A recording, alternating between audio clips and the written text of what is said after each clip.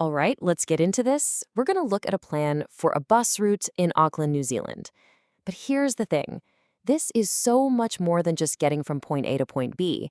This is about using one single piece of infrastructure as the blueprint for building a city in a completely new way. So that brings us to the big question for this whole explainer.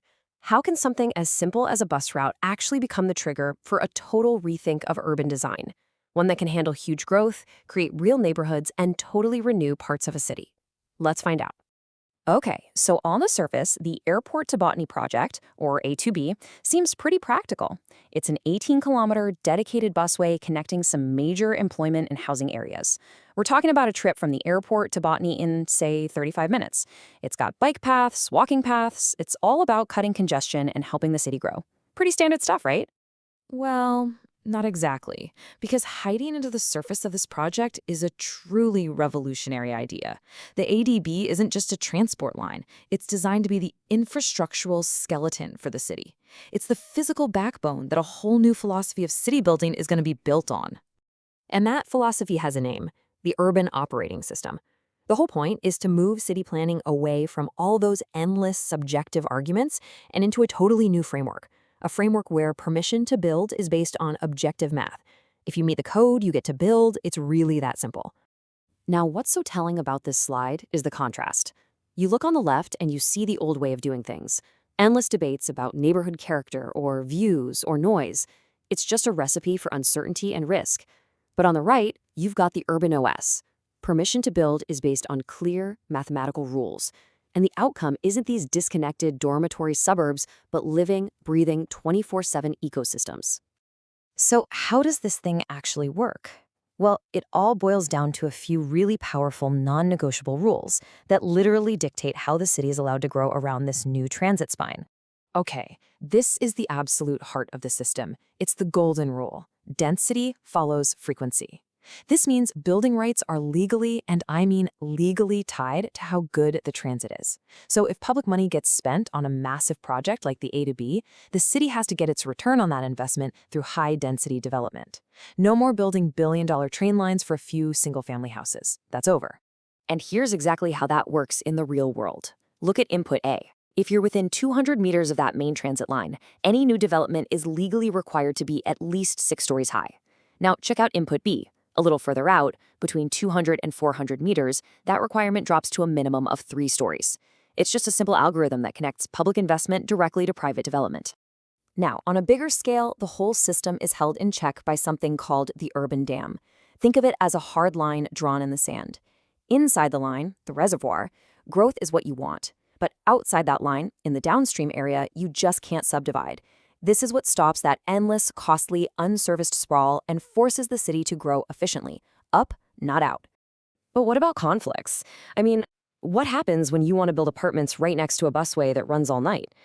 That's where the newcomer principle comes into play. And the rule is brilliantly simple. Whoever introduces the sensitive new thing has to pay to deal with any problems.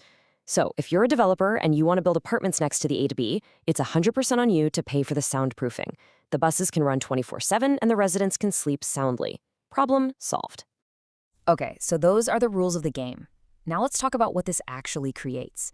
How does this system build not just tall buildings, but real, living, breathing neighborhoods? What does it actually feel like on the ground? This quote just perfectly sums up the goal for urban renewal here.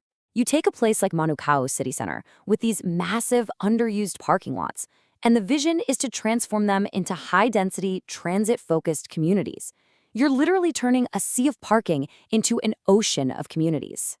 And as you move out from those big transit hubs, the system uses what's called gentle density to build the missing middle. All those housing types that are bigger than a single-family house, but smaller than a giant apartment block. Things like cottage courts or stacked duplexes. And they're all designed to hit a very specific number, 15 dwelling units per acre. Why that number? Because that's the magic tipping point, the point where you can actually support local shops and cafes without needing giant parking lots. And to get those local shops, the system has this as-of-right commercial plugin. What that means is, if you have a corner lot, you're automatically allowed to put in small-scale commercial stuff, like a cafe, a convenience store, or a little office space.